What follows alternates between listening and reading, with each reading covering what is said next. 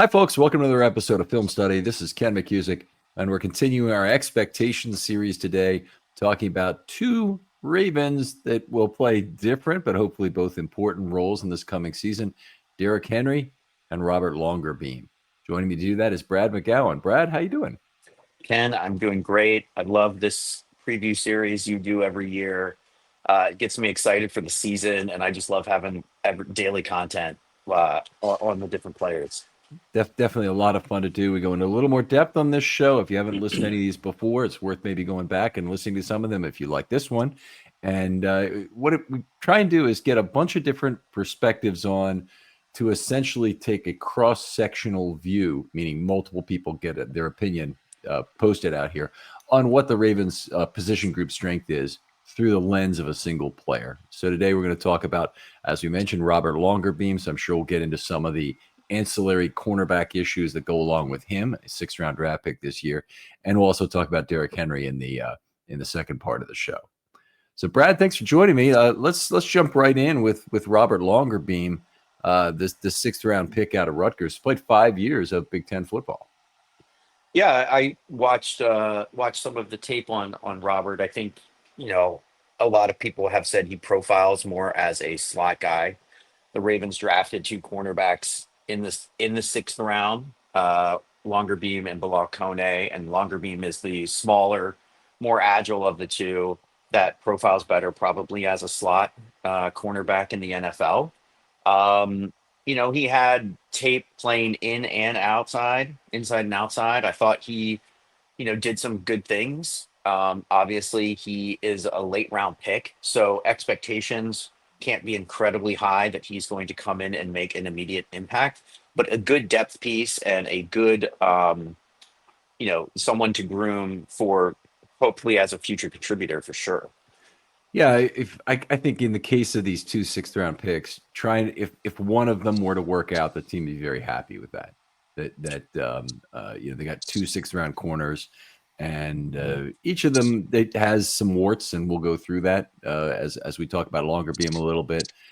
Who's only 175 pounds. He's 5'11", and has 31 and a half inch arms, that's a little bit unusual that a player will have longer arms like that. I'm hearing some clicking on your end there, Brad. I wonder what that's from. So anyway, we'll keep going here. I think he may have the length to stay outside, but the change of direction and his size and speed combination says slot corner. Ran a 4.39 40. So he's a guy who brings some physical traits that you ascribe more to that slot corner position. Yeah, and you don't. Anytime you can get a guy that runs sub 4.4, I think you're excited about that. I looked up his RAS score. It was in the 8.5 range out of 10, so it's pretty solid for an athletic profile. He and Kone had very similar RAS scores to be frank.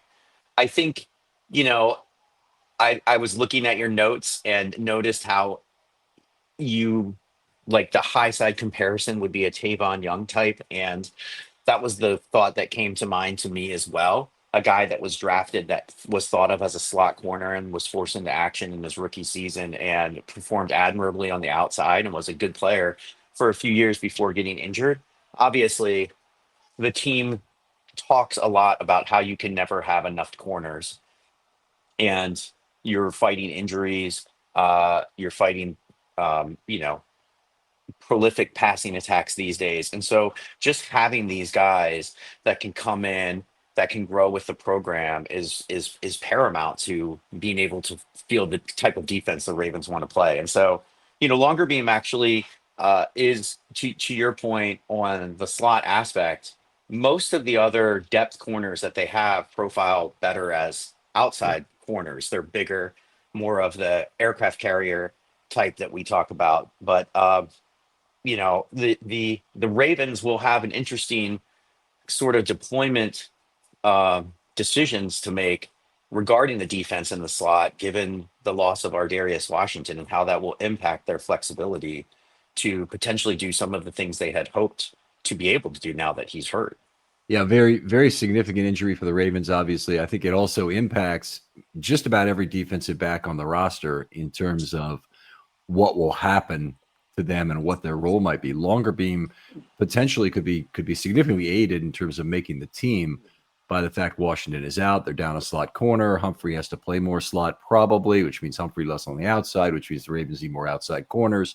Mhm. He's in a competition with primarily, I'd say, with JAD and Kone, who between the two of them may get two spots or may only get one. And TJ Tampa is the other guy in there who Voss made the point yesterday on Friday Morning GM, might be a player who would move to safety to help the Ravens fill a very deep hole they're in there. It could also be Humphrey, but Humphrey, I think you're probably given up on his cornerback career a little bit too early with Tampa. I'm not sure. One of the knocks on him was a lack of speed coming out in the draft. That's one of the reasons he lasted as long as he did to the Ravens. So that seems actually pretty reasonable to me right now. When the other options are go to the market, try and find a younger cast-off player who's a multi-year solution, or an older player who is a one-year Band-Aid solution. I'm, looking at this team right now. I would love for them to be able to find a multi-year solution that doesn't break the cap.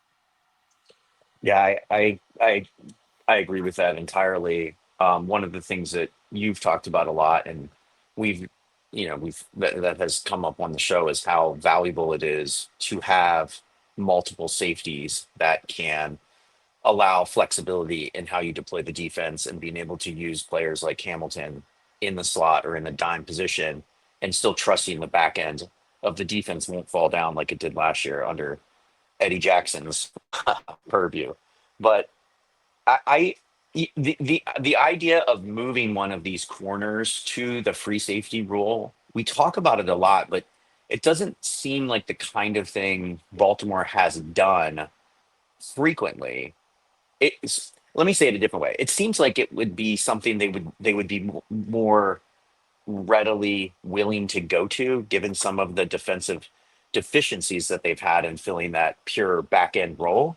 But you know, so I guess I am curious how they make that decision exactly, and what goes into that. Right. So probably a lot, but with a younger player, it's probably easier to convince them to move to safety if it's going to really result in playing time. With an older player, that player has to be convinced their career's over at cornerback.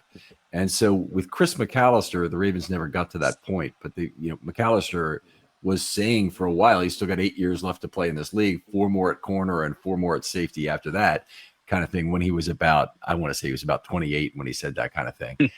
Didn't end up being true. And with the Ravens, he lost his job actually very suddenly in the 2008 season in John Harbaugh's first year with the team.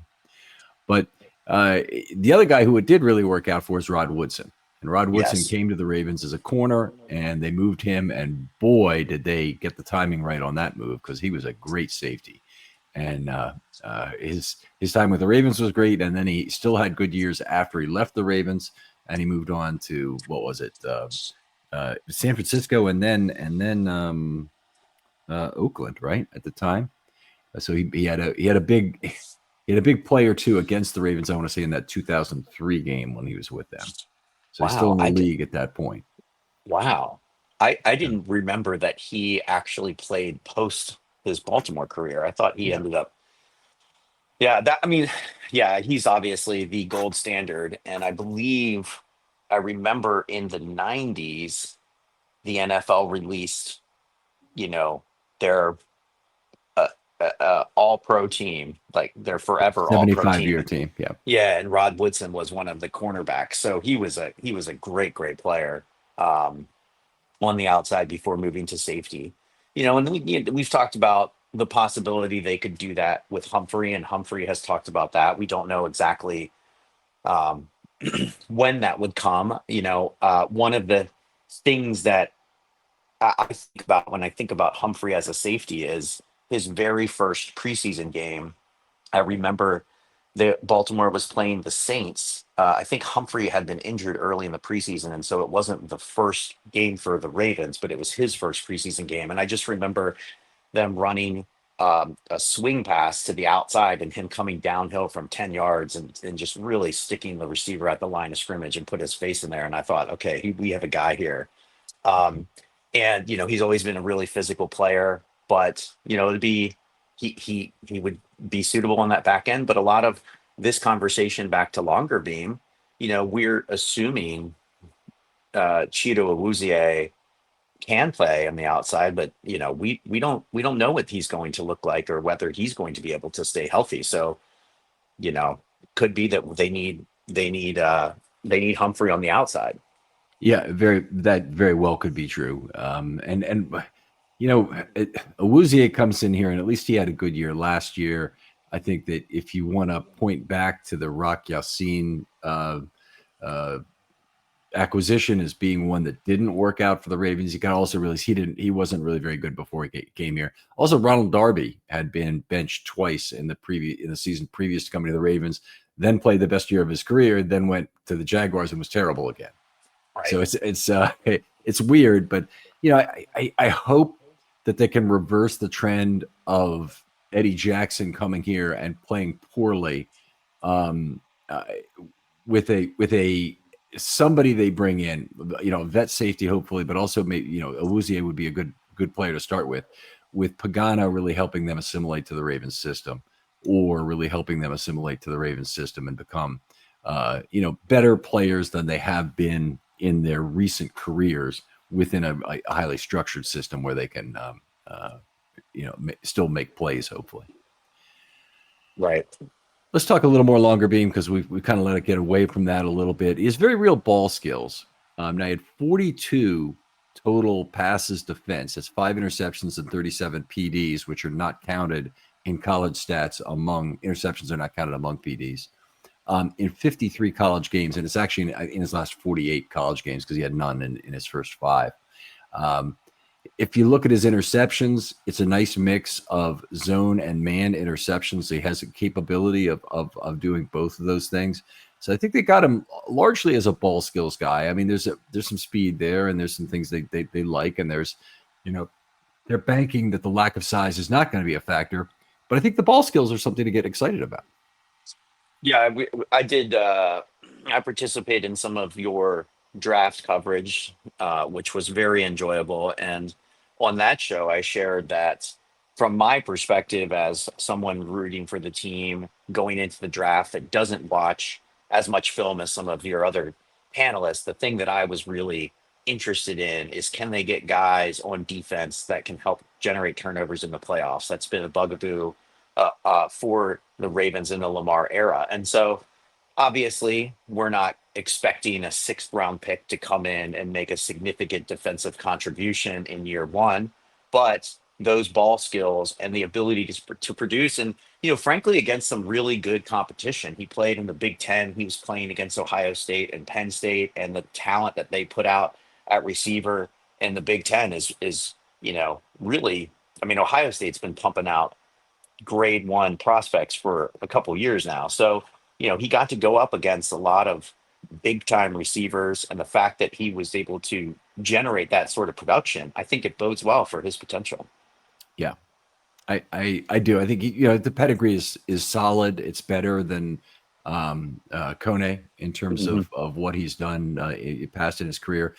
His coverage metrics, and we have to talk about these because they're not outstanding in 2024. They're kind of middling. This is Big Ten.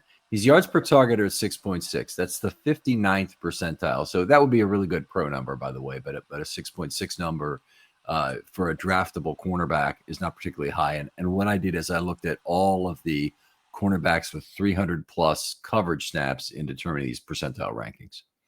His opposition passer rating was 73.3. You'd figure that to be very good, but it's the 68th percentile because college passer ratings are a little lower, generally speaking. Coverage snaps per target was 6.35, so they went after him once every 6.35 pass plays. That was in the 25th percentile. I think there's a reason for that, too, and we'll get back to that in a minute. His penalties per coverage snap were in the 40th percentile, so that's not good. His yak per reception was in the 16th percentile. Now, he's had a lot of problems tackling, so we probably need to come back and hit on that a little bit. It's one of the real deficiencies he needs to address. He had 11 missed tackles this last year and a 20.4% missed tackle rate, which was in the 13th percentile. And then his stops weren't particularly good either, in the 21st percentile. And for a guy who plays some slot, and he was much more than that. He really, one thing, if you look at his snaps by game, you see a mix of LCB and RCB on a game by game basis. Like he's playing 20 or 30 snaps at each for each game. What that tells me is that he's following the opposing team's number one receiver wherever they go on the field, and it's not a matter of he's got. They're not using the Ravens system effectively of sticking him on one side, leaving him there, and letting the offense make the choice of what matchup they want. They're making sure Rutgers was that they matched up as well as they could with the number one receiver of the opponents. And that is a reason why his coverage metrics would have been dinged generally, is that he had to face number one receivers a lot. And I think it's a big asterisk that goes with some fairly mediocre overall coverage statistics. Yeah, I think that makes a lot of sense.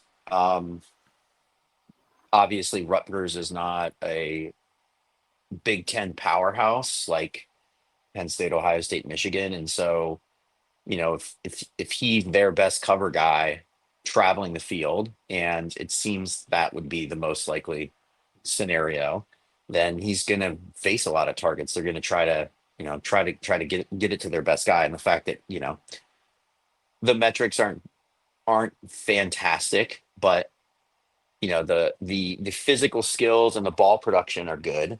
I think the tackling is something that when I think of the undersized slot guys that have been really successful in Baltimore, Tavon Young, Lardarius Webb, like those guys were very solid tacklers, and that's something that Humphrey has brought to the table when he's in the slot, and obviously Kyle Hamilton is second to none when it comes to the tackling aspect. And so, if he wants to get on the field, that's probably the area that I would look at most that was going to have to demonstrate improvement in, as he grows with the team. Um, and the coverage, I hope again that's going to have to improve it at the NFL level as well if he wants to get on the field. But he's a young guy; he's got room to grow, and yeah, excited to see how he looks once the pads come on.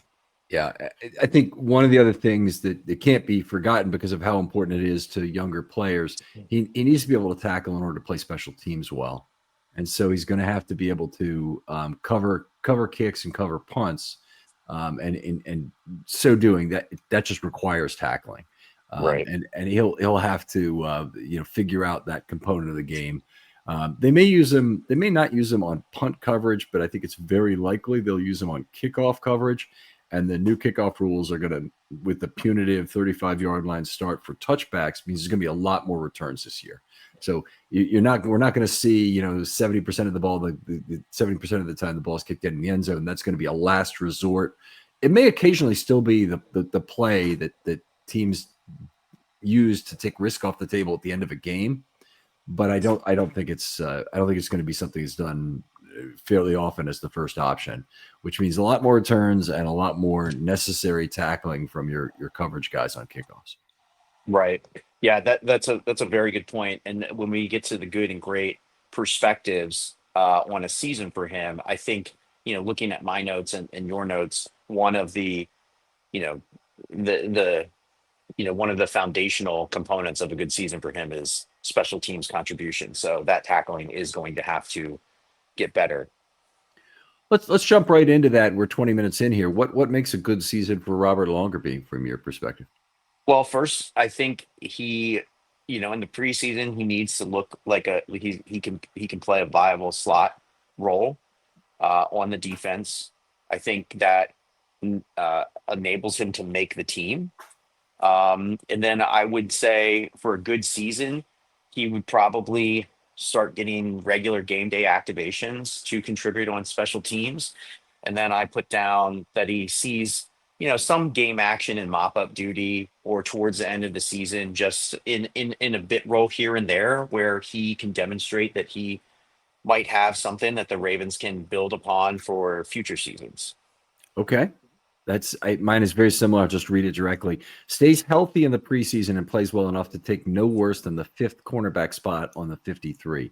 So that would mean he probably beats out JAD. I think the chances are pretty good because JAD has used up 3 years of his cheap contract, and frankly, at the end of this year, the sand is out of the hourglass entirely. At the end of camp, he's effectively a lame duck uh, corner who isn't going to generate the Ravens a comp pick or anything like that. So it's just a matter of, do you trade him then? Do you take a chance on a younger guy? JD would really have to significantly outplay Longerbeam and Kone to get the role. Those guys also could be sent to the practice squad, Longerbeam and Kone, and probably would slip through at least initially. But as we talk about on this show a lot, the replacement level at corner drops over the course of the season, and you're at risk of losing them more and more as time marches forward.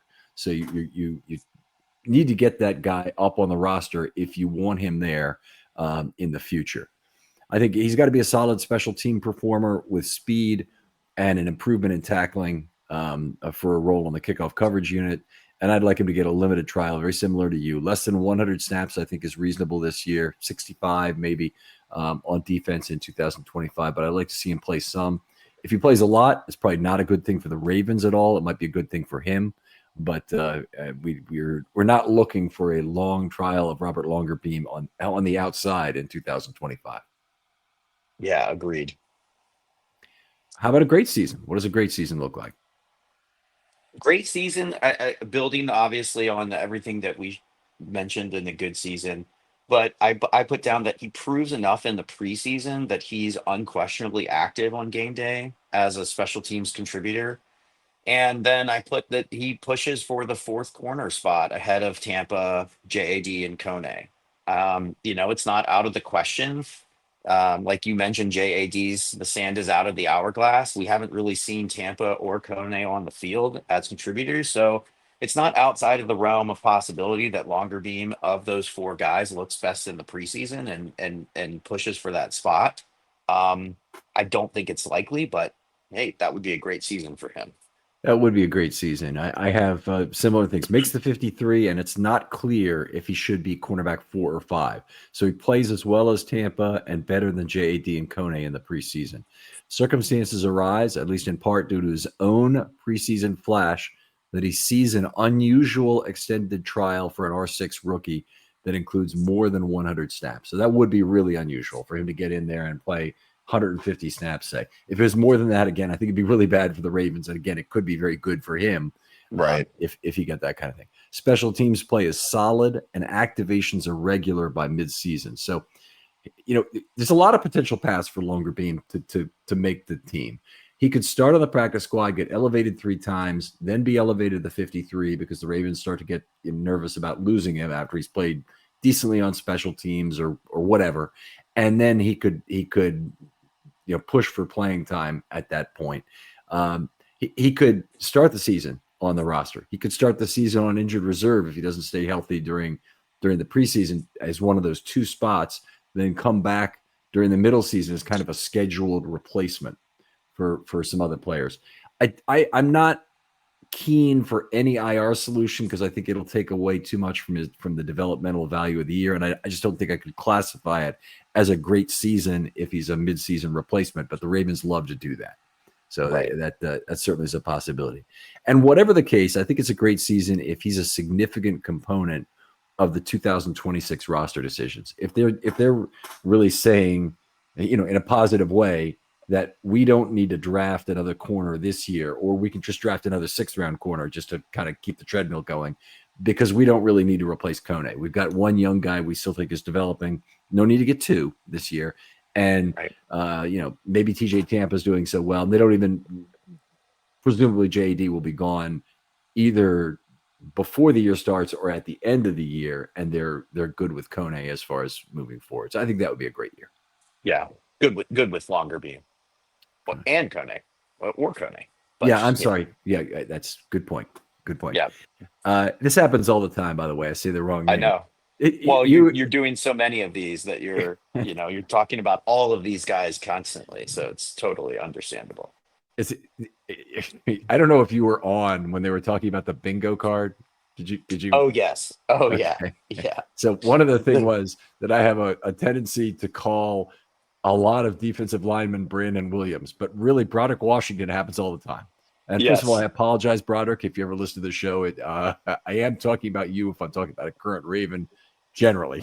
Yeah. and uh, anyway, they that was a fairly funny thing, and I took it the right way. That I have some extremely loyal listeners. I appreciate you guys tuning into the show so regularly. Let's move on and talk about Derrick Henry a little bit. The biggest UFA signing certainly of the 2024 offseason, but prior to 2024, obviously, and then gets another big extension after the 2024 season. I don't know how the season could have gone any better for Derrick Henry than it did, but I can read you what I had for a great season last year, and you'll see that he completely left it in the dust. I'll read it Yeah. right now. Yeah. I'd Read rather it. do Yeah. this. A great season in 2024. Plays 16 plus games. Check. A yards per carry of 4.6 or higher. Career high 5.9. Check. Success rate of 53% plus. 58.8% was his career high. Check. Fumbles no more than 2 times. Okay, he fumbled 3 times, but he had a lot of carries, so that was okay. In addition to quality pass blocking, he returns to 7.5 yards per target. He actually did. Check. As a receiver, including some value on extended plays where he begins as a blocker. Don't know if I could go that fine on that. Use with the mesh / Jackson improves per play running of both players as well as the play action game. Double check on that one in terms of how he helped the passing game. Hill, Ali, and Mitchell all have limited playing time because of his success. Check. Passing offense takes a step forward in per play productivity from 2023, with Lamar and receivers benefiting both from Flowers attracting safety help and more effective play action with Henry / Lamar. I think we get that one. And here's the one that didn't come through that's the killer. The Ravens benefit from his presence in the postseason with another trip to at least the AFC Championship game. Yeah. I mean, the first thing that I wrote down in my notes in preparation for this is when thinking about the good and great season, you often uh explain to the listener that you good season is the 60th percentile and a great season the 80th percentile. And I just wrote down that Henry's season last year was probably in the 95th to the Yep. 99th percentile. Exactly right. Yep. Yeah. I mean, I was just, as you were reading the great season and then commenting about, if he had 4.6 yards per carry and he averaged 5.9, I was in reviewing the numbers. I was like, it was remarkable how productive he was and how efficient. It was his most efficient season as well. Yeah. And it was just, he's just such a unique runner. Um, I think the biggest concern that any of us have is the age cliff, the Mhm. the the notorious age cliff for running backs, and he seems to be the outlier. And is that something you can bank on? I don't know, but there were three things that I wrote down that I think make him unique, and I wonder if they also are things that age well. So the three things that I wrote down is his physicality. Everyone obviously knows Henry is a load and is, and just the way that he's physical and can stiff arm people to the ground is incredible. The elite long speed. Um, the Ravens have not had a home run hitter at running back since early Ray Rice days. Um, I mean, there was Keaton some Mitchell. time. I I was thinking about that, but even I just recall the Seattle game where Mitchell broke out and he had that great run off the right side and where he cut back to the middle and then he just ran out of gas and fell over and got caught. And like I mean he did have he ran a 4.37. Like I understand he's really fast, but just the way that Henry just gets going is so remarkable. Um, but the thing that I think about as it relates to that long speed is, some of the most elite sprinters in the world are in their 30s. And so there is something about the long speed that can sustain age better than maybe the burst or explosiveness. Hmm. And so I don't know. This is just maybe something I was thinking about as to why he can continue to do what he does. The third thing that I wanted to speak about that I think is remarkable about him is the way that he sets up his blocks and the way that he can sort of like change running angles at that high speed. And I was just I was watching his highlights, rewatching his highlights. It was just remarkable to see how when the Ravens ran that toss play so often last year, and I have never seen that play successful. The toss plays don't work in the league anymore. But the way that he is able to just set up the blocks and like use a block I'm just thinking of a specific play where Linderbaum is out in space blocking a guy, and the safety is coming down, and he just he leans inside to get the safety caught up in the wash, and then just boom cuts outside and gets 15 more yards. And like the way that he does that is just remarkable. And I think the vision that he has and the ability to exploit that space is just so remarkable. So There is lots to love about him. There's no two ways. From a stylistic point of view, from what he's doing at this age. I will say Lamar Jackson and the Ravens offensive line, to a lesser degree, both tremendously helped him in 2025, 24 rather. So I do want to go through some of that stuff because he had a 46% success rate in his last 3 years at Tennessee. And that's effectively how often is he keeping the team up with the required position to be ahead of the sticks, we'll call it, to be on pace for a first down. That went up to his career rate was 49.3%, which is not bad, but it ain't nothing like what he had last year at 58.8%. The all-time record holder in that category is Gus Edwards at 57.4% within his time with the Ravens. Now, he actually had a little bit of a downer of a year this last year with San Diego, which reduced that number. I haven't looked at the career totals again since, but the turnaround at age 30 for Derrick Henry is utterly remarkable. I've never seen anything like it. We were watching the show Hacks. I don't know if you like that show, but it's the Gene Smart gets a late night show when she's in her late 60s. So it's kind of a good show, and she's got a writer as the other main character in the show, and she's talking to Rosie O'Donnell, and she says, "Look, you didn't just which you got this show is it's not just a matter of you got an opportunity. It's you got better." And that doesn't happen to comedians our age. And it was basically pointing to the fact that this writer had really helped her. And Lamar Jackson is Derrick Henry's writer, and the offensive line is the rest of the writing room in terms of how they got it done for Derrick Henry this year. A couple stats to back that up. He did have 3.6 yards after contact per attempt, which I think was about fifth or sixth in the NFL this last year. Fifth in the entire NFL. But here's the big difference. Last year with Tennessee, he was contacted on average 0.9 of a yard past the line of scrimmage. This year with Baltimore, this last year, 2.3 yards past the line of scrimmage. Yeah. Now, a lot of that is Jackson because misdirection is a big part of what makes the Ravens' run game so effective. But some of it's also the offensive line. So when you talk about the Ravens' offensive line being a crappy run blocking line, and they are a better pass blocking line than a run blocking line, then it's even Daniel Faulele and whatnot. He's not killing the Ravens in terms of what's happening with the Ravens' run game, and that's why I don't think the Ravens, in Faulele's case, are in any hurry to replace him. By the way, topic for another show, but that's there. Yeah. And I will say that just the gravitational impact of the Lamar Henry mesh point was a thing of legend. They didn't even need all the misdirection they typically throw at opponents. They ran a few less counters this last year because they didn't really have the great pull blockers to do that. They didn't have the great mobility from guard in particular. So they ran some center tackle counters, and they did run some guard tackle counters to less impact. But they really got away from that more. They got away from some of the jet motion, which meant that Zay Flowers wasn't needed to, could be used down the field in some ways that were good, and they're still able to get Derrick Henry some outstanding, well blocked opportunities.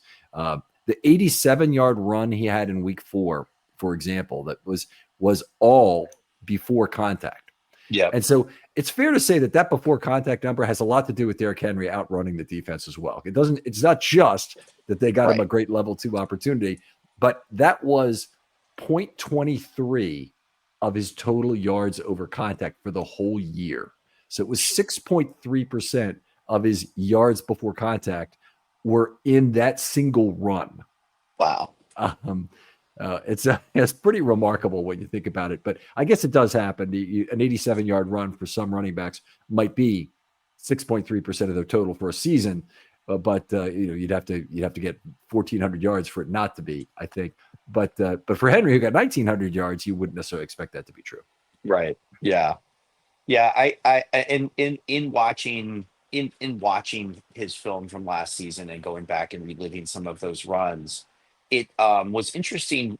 I'm not the scheme guy. You touched a little bit on this, but you really need Michael Crawford to come in and talk about this because he loves the run blocking. But it was just interesting seeing the various blocking schemes they used. It seemed like they could run almost whatever scheme they wanted, and Henry could make use of the blocks. He would find the holes, he'd hit the holes, and then like the biggest thing about Henry is once he gets going, he's really hard to bring down. And if you give him 2.3 yards past the line of scrimmage before contact, like good luck.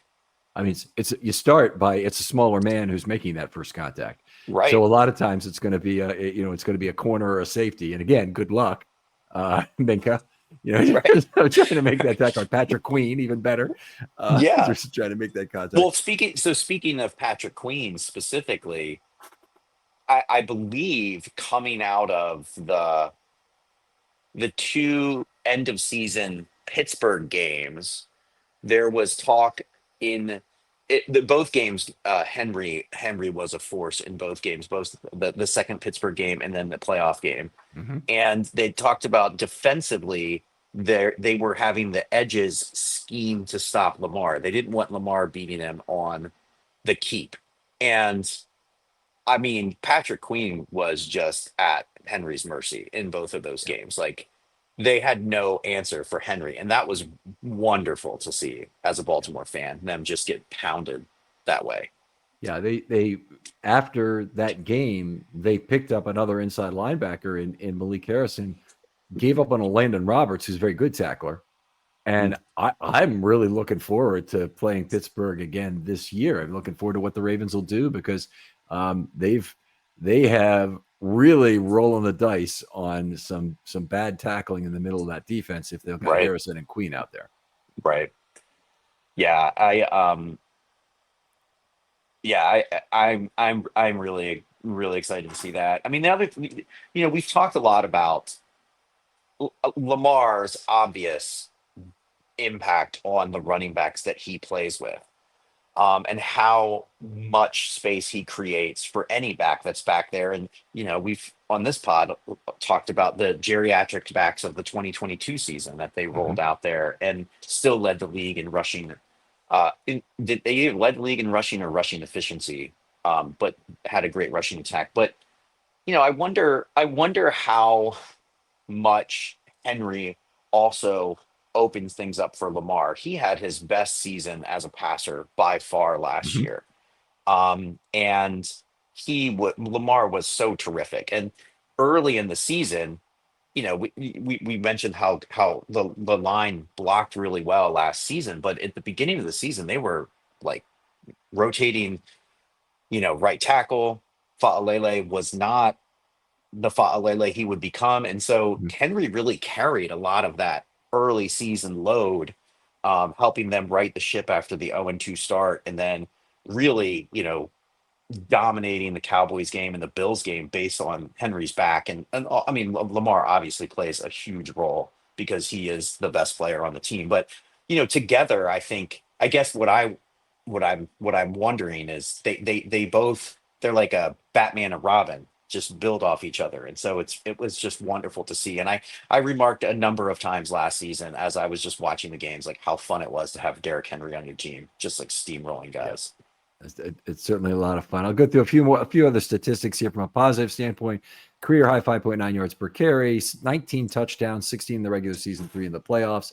The gravitational pull with Lamar, the yards per target up to 8.4, with which his career record with Tennessee was not terrible at 7.2, but they got him more and better opportunities.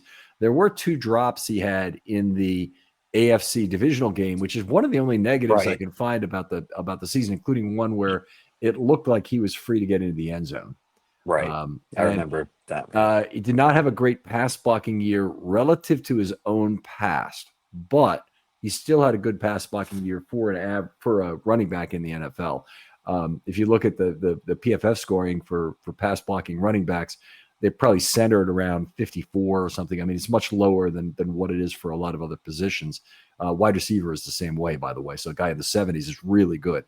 Well, Henry's in the low 60s, I think, as a run blocker, or right around 60 anyway. And that's quite good for a running back. If you're a fullback, you want that guy to be higher, but he did some pass blocking, and that was a positive. That's something he needed to do coming in. I did fumble 3 times, which is honestly still pretty good, but it isn't up to the 0 fumble standard he had his last year in Tennessee. And missed tackles force was first in the entire league at 89. So, I mean, that's just a great number all by itself. And when he's not the only running back having a great year. So Bijan Robinson had a completely overshadowed year, by the way, in the NFL. He set the all-time record for single season success rate. He's the first back ever to be over 60% in 300 carries. And I don't think anybody could tell you that. I don't think there is anybody outside of Atlanta anyway who could tell you that. And Saquon Barkley, of course, is as the season he had, it's remarkable that Henry and Barkley just completely eclipsed all of the running backs in the way they did. It's a little similar to what Achane and Keaton Mitchell did the year before to all other running backs in terms of having outstanding per touch productivity. Right. I was jotting down. I was curious to get your take on this, but I was jotting down my favorite Ravens players that had like the prime of their career with another team and then came to Baltimore later. Okay. And I was trying to figure out where Henry ranks on this list. I think the top is probably Anquan Bolden. For me, I loved Steve Smith Sr. But after those 2, like Henry is already getting pretty high up there. I guess, Rod Woodson, going back to the conversation that we had about Longerbeam, but after, I mean, he's quickly rising the ranks of favorite players that came from other teams and spent latter part of their career here. Okay, I got 5 guys. Okay. My first is Trevor Price. A guy who came in at mid-career after playing very well with Denver, played very well with the Ravens as well. You can add Elvis Dumervil. Trevor Price was on the 06 team, right? Yep. The 13-3 team. That team, that defense was a phenomenal defense. Yeah. So Rod Woodson, who you named. How about Sam Adams? If we leave him off this list, it'd be a big mistake. Yeah. I have him above Siragusa, so I'm leaving Goose off, even though he had a fine career at the Ravens. The Ravens, the Ozzie Newsome's amazing run of free agents that basically led to that 2000 championship is a thing of beauty. I mean, it's great drafting, but they also had a great run of free agency to couple with it, which was remarkable because they weren't in good cap shape and they still got a bunch of guys. The story that Siragusa told on the Ravens, ESPN did the 2000, a feature on the 2000 Ravens, where they had Siragusa interviewed before he died, but he told the story of, going into to meet Mark Davis at the Raiders, and they offered him some sort of bonus, and then the next day, like, they lowered it when he didn't take it, and he was like, "Screw you, I'm going to Baltimore," and then he knocks out Rich Gannon in the playoff game. He tells that story. Oh man. Shannon Sharp, Michael McCrary. You can add to that list. Michael McCrary, had a lot of his prime in Baltimore, but he had a 13 sack season, which made him a high value free agent Yeah. with Seattle. So, and played 5 years or 4 or 5 years there anyway.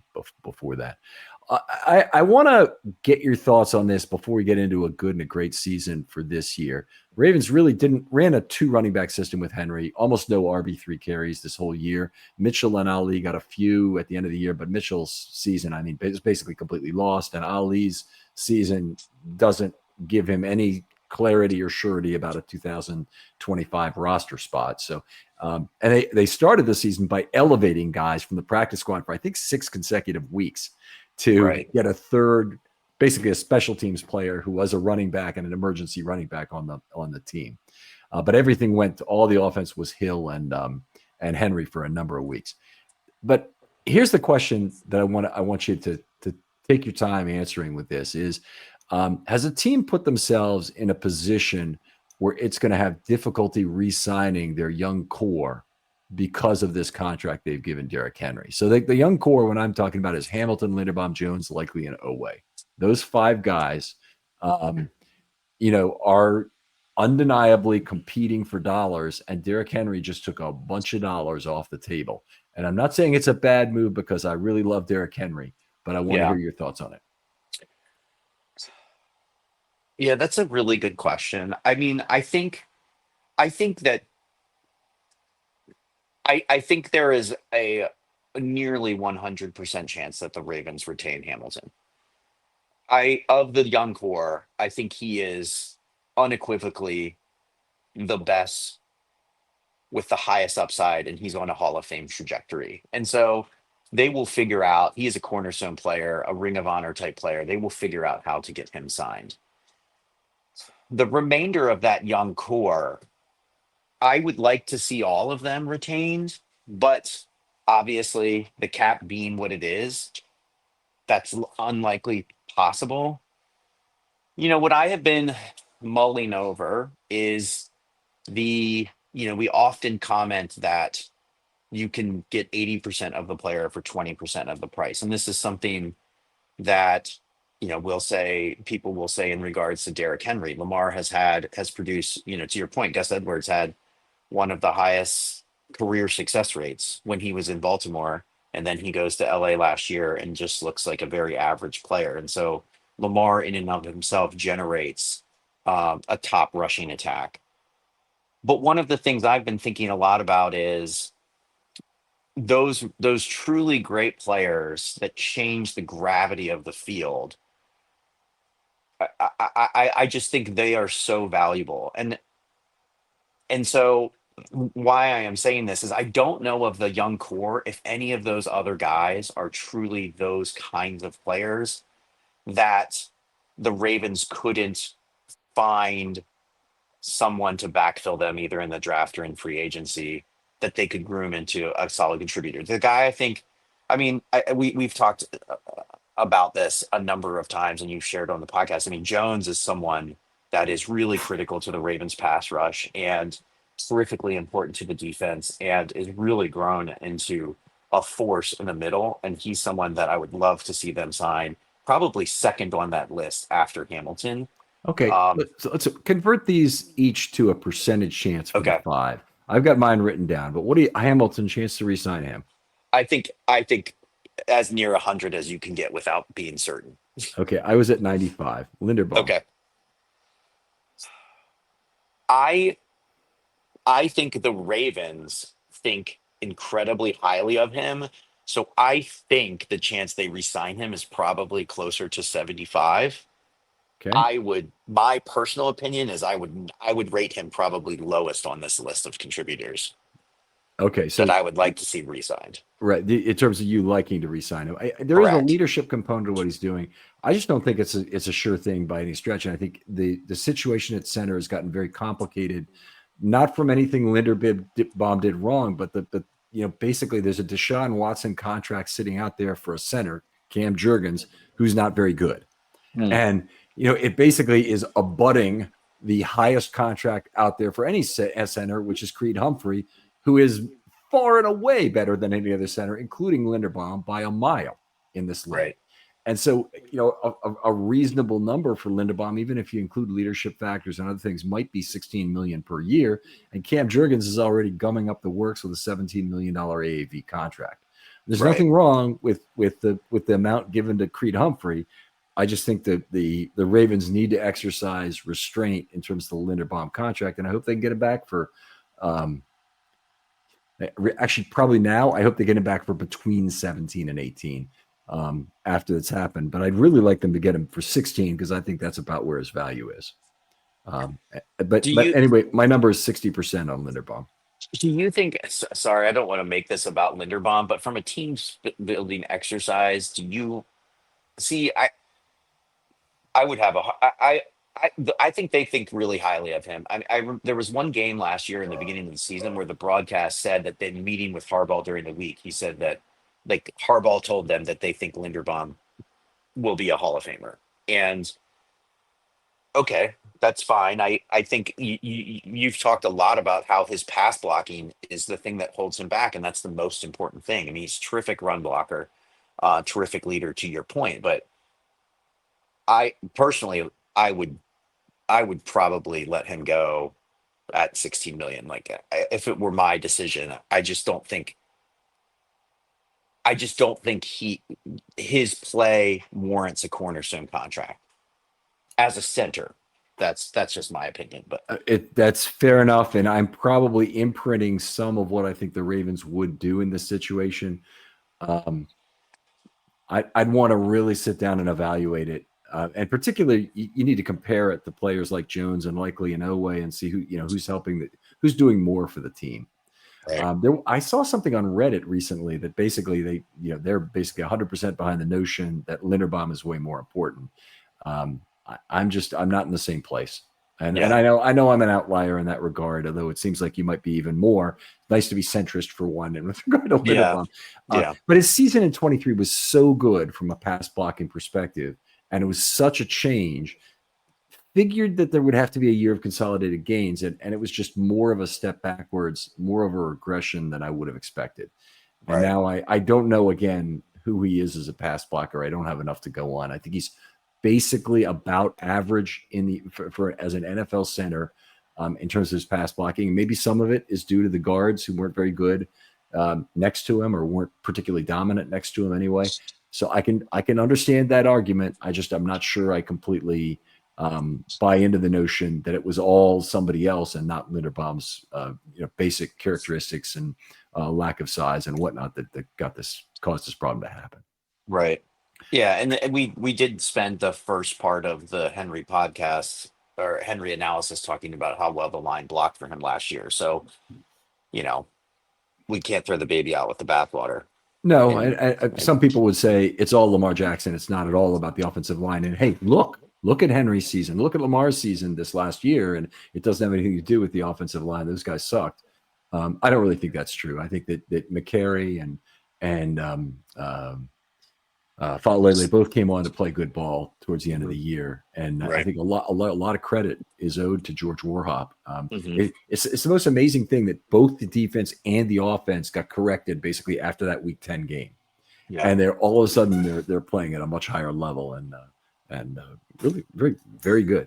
The Ravens have done that several times during the Lamar era where they've made a change. Yeah, 2019 they did it when they brought Josh Bynes back in Patrick Queen's rookie season.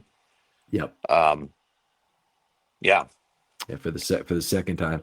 Okay, so let's go with Jones as the next player. What percentage of the Ravens re-signing him? I am closer to 50%. To me, like after Hamilton, Jones is the most valuable of these players, but I just feel they'll have a hard time paying two defensive tackles top of pretty top of the market money, and so I would say probably 50 to 40%, but my desire would be much higher. The total dollars that have to be put on the table for Jones are a lot less than they are for Linderbaum. So I think Travis Jones, you might be able to get him for between 10 and 12 million. And I don't know the exact amount, but if it's 60 to 70% as much as you pay for Linderbaum, I don't know how you justify the expense. He plays a lot less snaps, but he's absolutely critical to the high leverage snaps on the defense in terms of being there as Matabike's running mate on third down and commanding double teams that create opportunities for the others. Right. I mean, he's in large, what he is able to bring to the pass rush is in large part why you have guys like Kyle Van Noy getting double digit sacks at Yep. this part of their careers because of how much he can affect from the interior. I would be, if they were able to sign him for the 10 to 12 wins, I would run that deal in right now. Like, I would be shocked if they get him at that rate. Yeah. There's still people out there who think he can be had for about 6 or 7 million. Oh my gosh. Those people Yeah. don't live in this world. Yeah, but I would particularly, coming right on the heels of this is a bad pun, no pun intended here, of the Ardarius Washington injury. There may be some players who are willing to say, you know what, let's go ahead and make a deal now, because Ardarius Washington really got set back by that injury. Yeah, that was so sad. It's going to cost him a lot of money, and it's really a shame. I'm glad, I think he'll be back with the Ravens in 26 on kind of a 1-year prove it deal, but the multi-year contract possibility that's out the window at this point. Right. Yeah. All right, let's move on to Isaiah Likely. Chance they re-sign him. I think they will likely. I think they will try to keep him or Andrews. I would say about 50-50 again, 50% chance for Likely. I would have been at 50 or maybe even 40% because I think we're rapidly approaching a point where it appears like there may be a difference between Likely and the Ravens. But then I was reminded of the fact that Likely might make a outstanding franchise tag candidate next year because he's a tight end. So I'm at 60 because I think the team has some leverage to use the market frictions to get it done. And how about Odafe Owe? I'd say closer to 25%. I think it's most likely the case that he's gone. Okay, 20% is also my number. I think that the drafting of Green really made it so. If the Ravens wanted to have a great solid pass rush for years to come, sign Owe and have Green for the next 4 years, and you really got something. But I don't think they'll do that. I think they'll basically draft another guy next year and try and not pay top of the market pass rusher money when they have to be concerned about every dollar at every position. So yes, yeah, I agree with that. All right, let's get back to Derrick Henry now. What's a good season for Derrick Henry in 2024, 25? I had the good and great for Henry. I really struggled just because he was the 95th percentile season last year. But I put that obviously be healthy all 16 games or 17 games rather. I would really like for the Ravens to continue to be able to rely on him to close out games. I wrote down that I would like to see him have reduced carries. Under 300 would be great, and not because of any slowdown or any regression on his part, but because Mitchell is back and back to the Mitchell that he was in his rookie season, and they can kind of spread the wealth a little bit more. And then for the Lamar Henry dynamic to be one of the most diabolical offensive forces in the league, the mesh point. And then, I wrote over 5 yards per carry and around 10 double-digit touchdowns is good season. All right. Given what he accomplished last year. I backed it off a little bit, and some of this is age-related, but I said plays 15-plus games with a yards per carry of 4.8 plus and a success rate of 53% plus. He's at 58.8. I think there's a good chance Lamar can keep him at a level like that. And 240 plus carries. That's 16 carries per game for 15 games. If he could do that, I think that would be very reasonable in terms of not overworking him too much.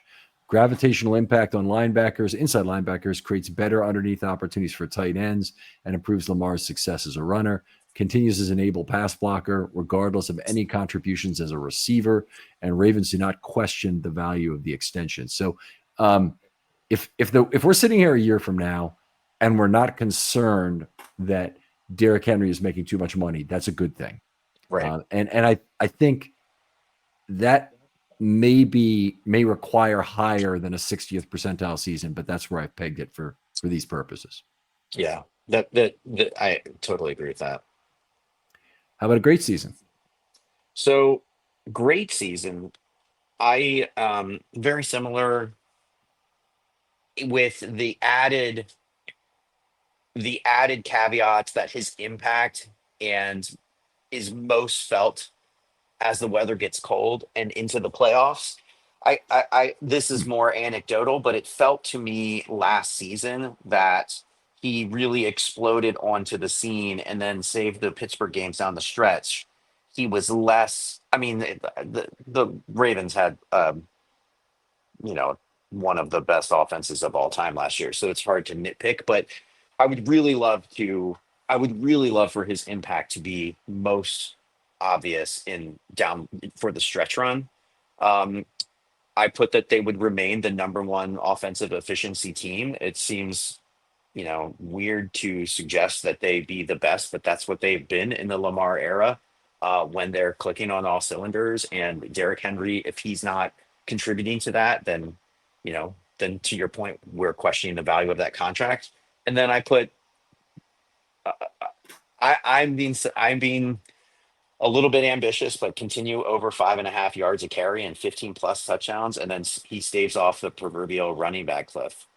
Okay. The last one is the most reasonable. The boy, man, there's so many people who are going to expect 1,500 more yards from Derrick Henry this year, and anything else Right. is a bust after his first year.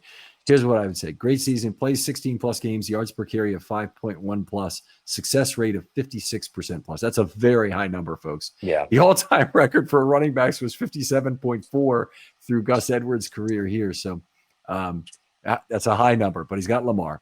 He fumbles no more than 2 times. In addition to quality pass blocking, delivers 7.5 yards per target as a receiver. He did it last year. He could do it again. Hill, Ali, and Mitchell all have limited playing time because of his success. That's reasonable, and I had that in there basically last year as well, so let's hope that happens again. Passing offense takes only a small step backward in per-play productivity from the historic 2024 season, with the tight ends again, in particular, posting outstanding stats. So he's been a big factor in the Ravens' tight end success. Now, it's been a 2-year success. He's only been here for 1, but over the last 2 years, Lamar throwing to tight ends, 143.5 passer rating. And Derrick Henry is creating a lot of that space between level 2 and level 3 for tight ends to get open. Right. And then this is really in line with you, is the Ravens benefit from his presence in the postseason and make it to at least the AFC Championship game. They finish with a cold game at Green Bay, a cold game at Pittsburgh, and they very well could be playing in Buffalo again or somewhere else in the playoffs that's cold. They need to do the best they can in those games. Right. All right, Brad, outstanding talking football with you. Always a bunch of fun, and I think this is a good discussion with a lot of rabbit holes we went down to, and always nice to do that with you. Where can people talk football with you online? Yeah, I'm on X nowadays at MC Bradley, and I participate in a lot of the dialogue there, and always enjoy Ravens content year round. All right, fair enough. Other folks out there, if you want to be on a film study short, hit me up. DMs are always open on Twitter, and I do have a lot of ideas that came in for that kind of stuff. I'm looking for some help on some analytics projects. If you want to be involved in an analytics project with me, hit me up, in particular if you know Java and Python and can work with the NFL FastStar database. Brad, thanks again for coming on. Thanks, Ken. And we'll talk to you next time on Film Study.